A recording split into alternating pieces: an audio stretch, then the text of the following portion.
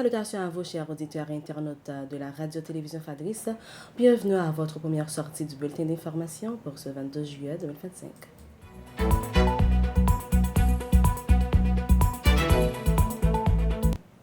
Le taux de référence calculé par la BRH pour ce 22 juillet est de 130,96 pour $1 américain.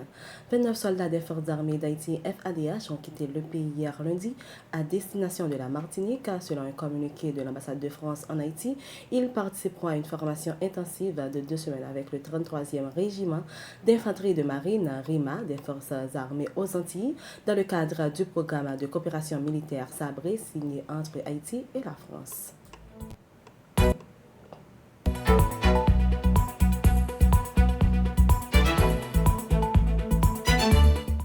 Sous la présidence conjointe de Leslie Voltaire et Laurent Saint-Cyr et en présence du Premier ministre Alex Didier Fils-Aimé, une réunion s'est tenue ce même jour à la primature. Selon un communiqué officiel, cette rencontre illustre l'unité des plus hautes autorités du pays face à la crise sécuritaire et leur volonté commune d'éradiquer les groupes armés pour restaurer l'ordre républicain sur l'ensemble du territoire.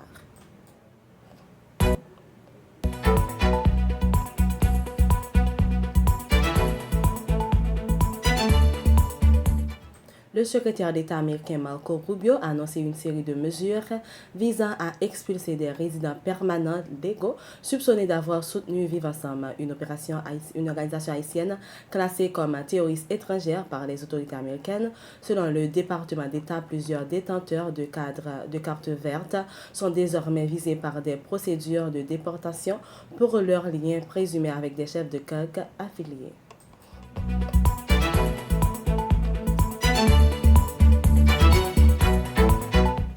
Dans le cadre du plan de relèvement intégré de la péninsule sud, PRIPS, l'UNESCO et le ministère de l'Éducation nationale appellent les firmes spécialisées à participer à un projet de construction de blocs sanitaires dans les écoles publiques des NIP du Sud et de la Grande-Anse.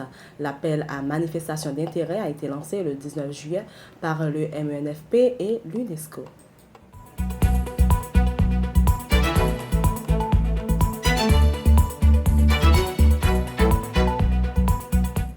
Sur le plan international, 25 pays dont le Royaume-Uni, la France, le Canada, le Japon et l'Australie ont publié le 21 juillet 2025 une déclaration commune exigeant la fin immédiate de la guerre à Gaza, dénonçant l'extermination inhumaine de civils, notamment lors de distribution d'aide humanitaire.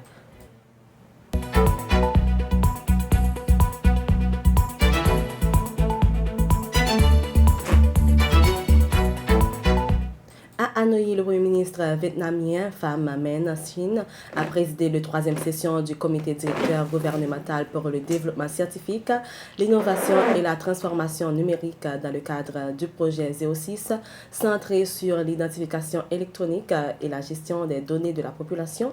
Il a réaffirmé que l'innovation doit structurer le fonctionnement de l'État et soutenir la croissance avec un objectif annuel entre 8,3% et 8,5%.